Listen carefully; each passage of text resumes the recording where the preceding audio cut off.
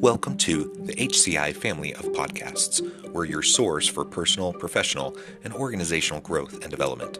We share our own original research, explore industry trends, and interview executives and thought leaders from across the globe. Join us for practitioner-oriented content around all things leadership, HR, talent management, organizational development, and change management. Maximize your personal and organizational potential with the HCI family of podcasts.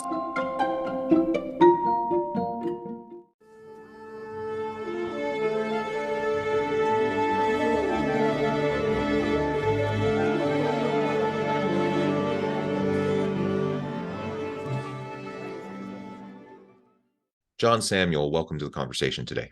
Thank you, John. I'm glad to be here. It's a pleasure to be with you. You're joining us from North Carolina. I'm south of Salt Lake City in Utah. And today we're going to be talking about organizational DEI efforts generally, but more specifically even among the disabled community. That's a population, I think, that often doesn't get a lot of attention when we're having these conversations. So I think this will be a really great dialogue today as we try to unpack some of the challenges and issues facing those with disabilities in the workplace. As we get started, I wanted to share John's bio with everybody. John Samuel is the co-founder and CEO of Abler, where he focuses on helping organizations be more inclusive by removing the barriers that have hindered people with disabilities from accessing education, retail, entertainment, and employment. John's passion for his work is very personal as he is blind and wants to make sure the obstacles he has faced are removed for others. And I could go on with his background, but I'm going to pause there, John. And is there anything you would like to highlight from your own background or personal context before we dive on in? No, I appreciate that, John. My work, as I mentioned, really it comes from the fact that I am blind. It's something that I hid for many years of my life. As I was losing my sight, it was something I was ashamed and embarrassed about because I didn't know anyone who was blind. I, didn't know anything about it. So as I was losing my sight, I decided to keep it a secret. And, it's that lived experience which has helped me realize how I can make an impact on the community that I shunned for so long. I would love to learn more from your personal perspective, but also from clients you work with. And, what is it, that creates this environment where people who are dealing with disabilities don't feel comfortable letting that be known, or you feel worried about being passed over for job opportunities and promotions. You feel worried about how people respond to you, how they'll interact with you, if people will treat you like a normal person or they're going to treat you like a victim. Like I imagine there's kind of all these things going on there. Could you speak to that a little bit? Yeah, all of those things you just mentioned are what's going through one's mind. At least I don't want to speak for all people with disabilities. Sure, I'll speak to my own experience. All those questions you just talked about, that's what was going through my head. I didn't want to be outed. I didn't want people to know because I didn't want to be missed out on an opportunity. I didn't want to be treated differently. And everyone wants to be a sense of belonging, right? And that was something that I wanted to feel like. I wanted to have a career just like my friends, like everyone else. I wanted to be able to go get an education just like everyone else. But, I think the challenge I faced was that I didn't see anyone like me around, right? I didn't see anyone with a disability. So I was like, okay, that's not something that's normal. Let me just kind of hide. Let me stay in the closet of being a person with a disability. But I think that, once you start to open up, people are like, oh, I can relate to that. And that's something that's not there. We just don't talk about it because I think there's a fear of the unknown, right? People are fearful of saying the wrong thing. But once we can start to talk openly about it, we can have this open dialogue. More people will be like, oh, I'm going through something similar. It may not be blindness. It may be another, cognitive disability. It may be something else. But unless we have those open dialogue and make it a subject that's not taboo, then I think that's how we're going to make some changes. Yeah. And as you're highlighting your own personal example, people can get really good at creating coping mechanisms to deal with whatever challenge they're facing, so it's not obvious a lot of times to others around you. I'm thinking of a personal friend of mine back when we were in college, and we were friends for a couple years before I knew that he wasn't completely blind, but he was largely blind. and it was deteriorating, right? And that's correct. And he was very good at just coping and getting through without really people noticing. And I do work with a nonprofit around adult literacy. It's totally a different topic, but the same kind of element of That's right. you can think about how adults, they don't want people to know that they are illiterate, but they've gotten through life up to that point, obviously being able to get through school, being able to like navigate and go grocery shopping and just do all the things that adults do. And you just develop these tremendous coping strategies to sidestep, whatever the inconvenience might be based on a particular disability, or in this case, learning disability, or perhaps Yeah. just not having that skill. As organizational leaders, I think if we can recognize that this is where people are coming from, it's not an act of deception, right? It's wanting to feel safe, it's wanting to feel included, it's wanting to feel like this sense of belonging, and a fear that all of that could go away if people know truly about your condition or your situation. And that can apply to all forms of different kind of health issues. That can apply to all forms of different disability issues. Of course, traditional types of outward manifesting DEI characteristics of race, ethnicity, gender, etc. All of these things feed into the same thing. Like people just want to belong. They want to be able to contribute. They don't want people to make assumptions about them, about what they're capable of. And so it really behooves us as leaders to make sure we create those safe environments where people feel more safe to come out when they feel comfortable, and then we can mutually support each other and do awesome stuff, and not have these artificial limitations that don't need to be there. Like, you're a completely successful, capable person. You don't need to hide the fact that you're blind, right? And same thing with whatever thing, anyone listening who has your own, everyone has their stuff and everyone has their things that are challenging, and we can own that and we can lean into it, and we can leverage those things. We don't need to hide from them. For sure, right? We're all, like you said, we all have our stuff. You can just say blank. What is that? But if organizations understand that and work together to create this safe space, this sense of belonging, and then also say, okay, you don't, when you hide that or come up with your own coping mechanism, I mean, that's a lot of weight. That's a lot of pressure on you. Let's take that off. Because if you're performing at this level right now while not giving your full self, what happens if we give you the tools? What happens if we set you up for success? Think about what that person can do, right? That's what organizations can say. Look, if I support you in this way, my ROI is going to be ridiculous. Because right now you're delivering and you're hiding, you're carrying that on yourself. Let's share that burden. Yeah, it's a tremendous amount of like physical and mental energy that goes into coping and hiding, right?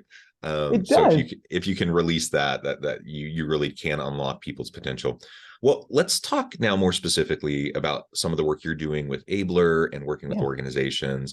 What are some of those major obstacles that you see specifically for people with disabilities that they're facing, whether it's education or career, being within an organizational setting? Yeah, for sure. I was lucky enough, I say, going through my life hiding my disability, because I had this like perspective of like all the challenges I was going through because I wasn't getting the support I needed, right? And I saw how companies are treating every other person, right? And I, again, not understanding how I could talk about the accessibility issues I was facing, right? The mindsets of people, those type of things really kind of shaped me when I came to LCI, which happens to be the largest employer of people who are blind in the country and based in North Carolina. And they're a manufacturing, retail, and distribution organization, but they wanted to create a new organization that would create upward mobility for people who are blind. And so I joined the company tasked with creating this new business. And like I said, based on my own lived experiences, I said, if we want to create upward mobility, especially in tech-related fields, we're going to have to address the digital accessibility barriers. This means making sure that websites are accessible, making sure that systems, processes, documents are accessible. Because I can't tell you how many times I tried to apply for a job online and it just wasn't accessible, right? If your website's not accessible, I can't apply to your job online. No wonder you don't have applicants with disabilities, in your organization. Or that's a lot of the misconception, right? People are like, oh, I don't have anyone with a disability, that's why I don't need to. But if you flip it on the side and say, look, if you had an accessible website, an accessible online application, your interviews were accommodating and more accessible, you may have a whole different type of, recruitment class coming in. But then the second component of what we do at Abler is we provide disability inclusion training and services, because we had to change the mindsets of those hiring managers, those leadership, and even coworkers, because we needed to change that misconception, like I talked about, the stigmas around it, and focus on what can people with disabilities do rather than how can they do it. With the right accommodations, they're going to be able to do this. Let's focus on what they can do now. And so those two things really build up the demand for talent, right? Mm-hmm. Companies are like, okay, we made it more accessible, we're more inclusive, now where's the talent? That's the third line of our business. We realized we had to build up that supply. And so we launched a workforce development program to train individuals to pursue careers in tech-related fields. And so we have a program in the state of North Carolina in collaboration with the Health and Human Services to actually train individuals, give them the skills that they need, and set them up for success to enter the workforce. And so that allows us to meet the supply and demand, balance. Yeah, absolutely. It's interesting. So again, you're in a space that's not exactly where I've been adjacent to some of the work that I've done. I'm a university professor, in addition to the consulting work that I do. And one of the areas of research I've been engaged in is autism in the workplace and the neurodivergent, and their experiences in the workplace and going through the hiring process and attitudes of employers towards the neurodivergent and coworkers, et cetera, right? And in interviewing executives for an article a few years back, I received kind of that same notion that you were just sharing over and over and over again. Oh, we don't have any neurodivergent people. And I'm like, well, that's not true. There's no way that can be true, because we know kind of the ratio of those on the spectrum versus those who are neurotypical, and any sizable organization is going to have people. You just don't know because people aren't sharing. That's correct. Either they're not sharing, or you have systems, processes, procedures in place that are systematically screening them out so they don't have an opportunity to be in your organization. And it doesn't mean that they had nefarious intention, that they were trying to keep the neurodivergent away. It just means whatever processes they had weren't accommodating to individuals that have who are neurodivergent.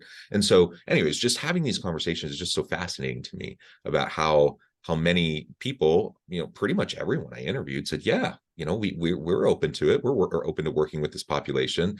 We would love anyone with the skill set, and everyone loves the idea of DEI and inclusivity and belonging. And I don't know many people who say, I think belonging's stupid. But when it comes down to the systems, the structures of the organization, the mechanisms, that either disproportionately benefit certain populations or disproportionately negatively impact certain populations, that's where we have to take good, hard, long looks. And I think in the disability community, that's a big, broad area, right? That includes so many different types of people and conditions and everything. Like it really just means we have to be far more, just really self-reflective and challenging assumptions around what we're doing and why we're doing it, and if it's really necessary to do it that way. Because the reality is, in most cases, no, it's not actually something we have to keep doing just because we've always been doing it. Well, I think we have to be intentional about it, right? Yeah. And like you said before, companies more than likely they have people with disabilities in there, and they've bypassed those systems processes that unconsciously have been keeping them out. People have passed through, they're in there. But once you can activate that community to be like, here, we want to create a safe place for you to self-identify.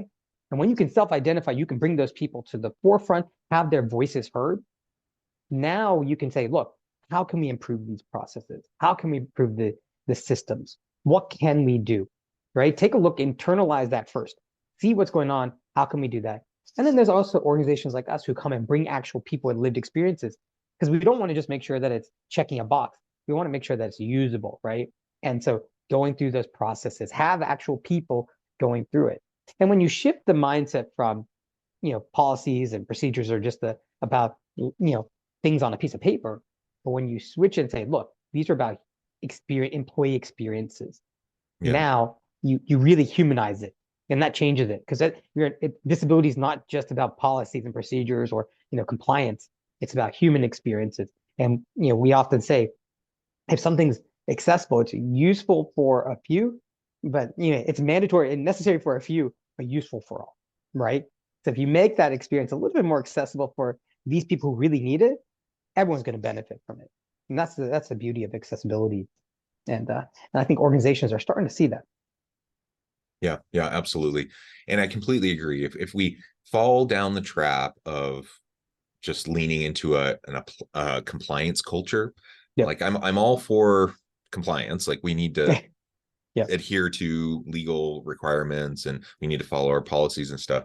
But hopefully we can comply while going beyond that to more of a commitment towards the values behind what we're trying to do, right? Compliance just doesn't drive long-term sustainable effort towards things. It's more of a carrot stick kind of an approach, short-term impacts, not long-term sustainable impacts. So absolutely.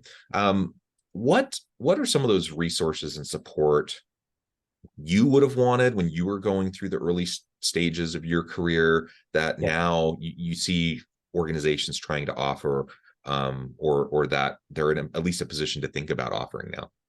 Yeah, I think one thing, this morning I was having a conversation with a client who has, employee resource groups. And when they launched their employee resource groups, disabilities was one of the ones they first launched with, which is not usually the case, right? It's usually down the road. But they started with disabilities as one of those ERG groups, those core ERGs. And I think when I was going through my career, an organization with a disability ERG and being able to be exposed to other people with similar experiences or who could empathize with me, something I talk a lot about is proximity builds empathy, right? The more we can spend time and we can hear other people's stories, we can have a better level of empathy. Here, the people have lived experiences, they can empathize with what I'm going through. I can lean on them if I have any challenges of experiences that are coming up, and also getting the resources I need. And I think that's something I think a lot of organizations can actually implement, is an employee resource group. I also think bringing in speakers.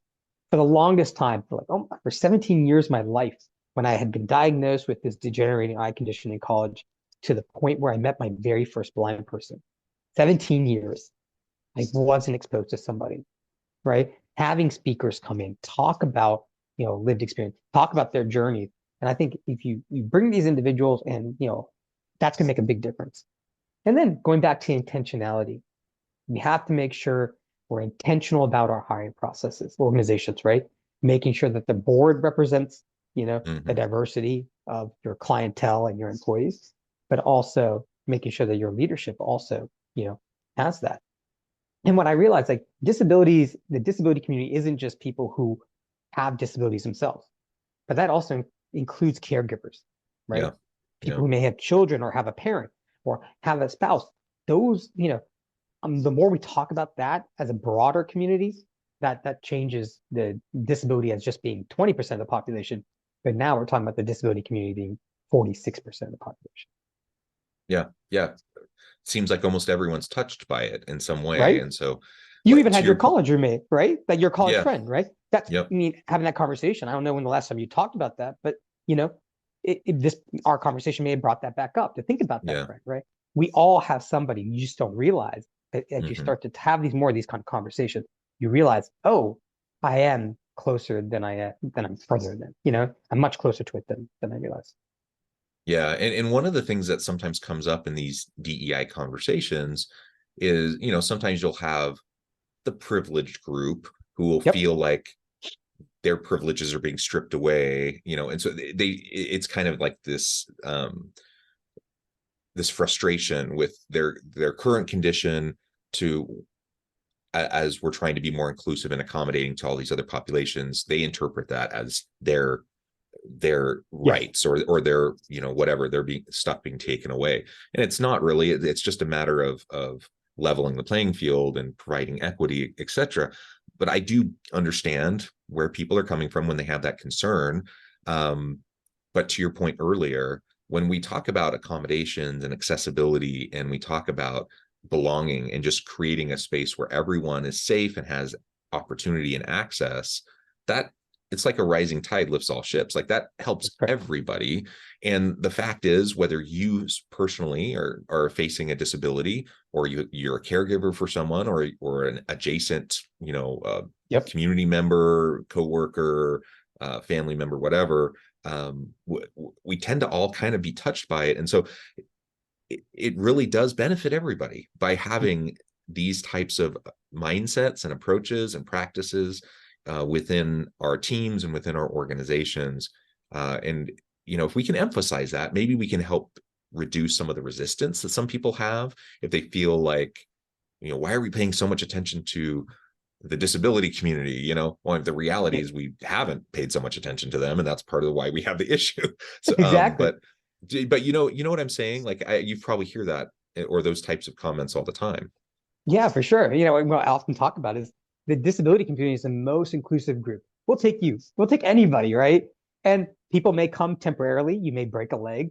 You may break your arm, right? Something may happen that temporarily you have a temporary disability, right? And as we get older, we're more likely to get a disability, right?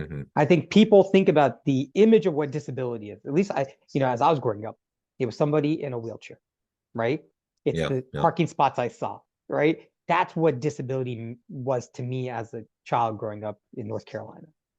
It was only after getting into this community, realizing it's a spectrum. There's people all over the levels, and there's so many different types. But again, not everyone is born with it.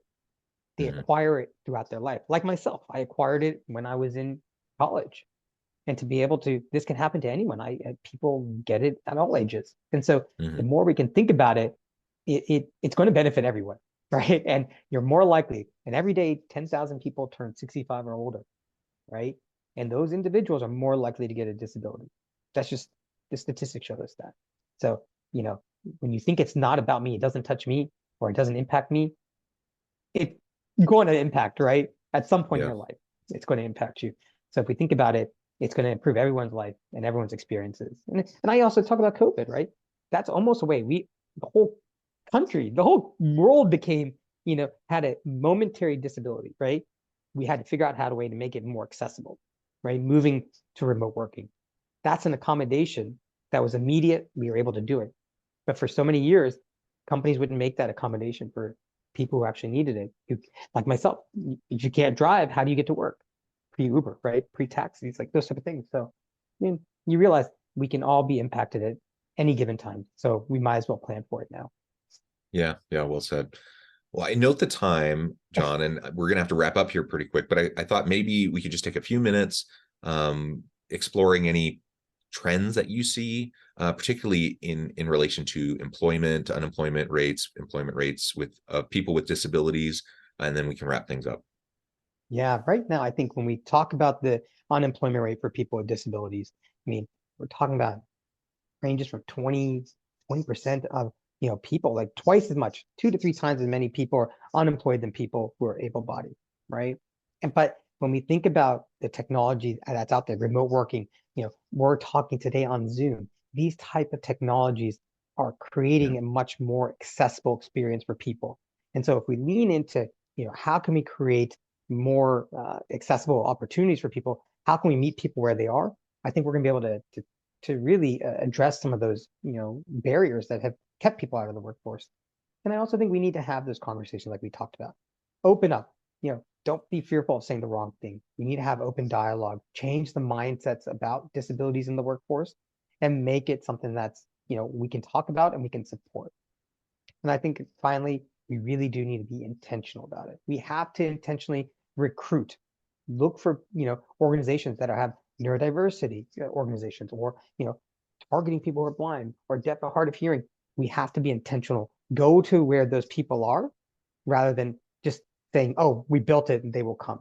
You have to be intentional about making a difference if you want to address this unemployment rate. Yeah, well said. John, this has just been a pleasure.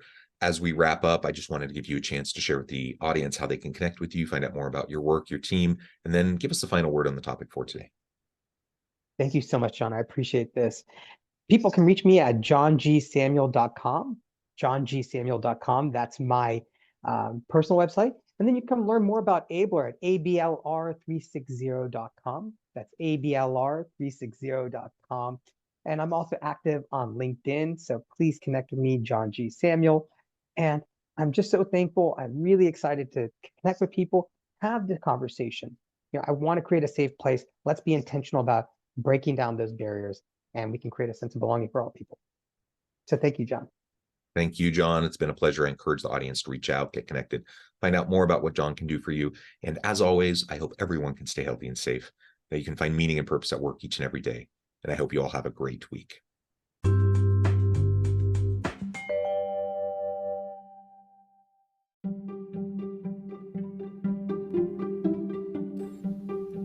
Thanks for joining us for this episode of the podcast. We hope you stay healthy and safe, and please join us again soon.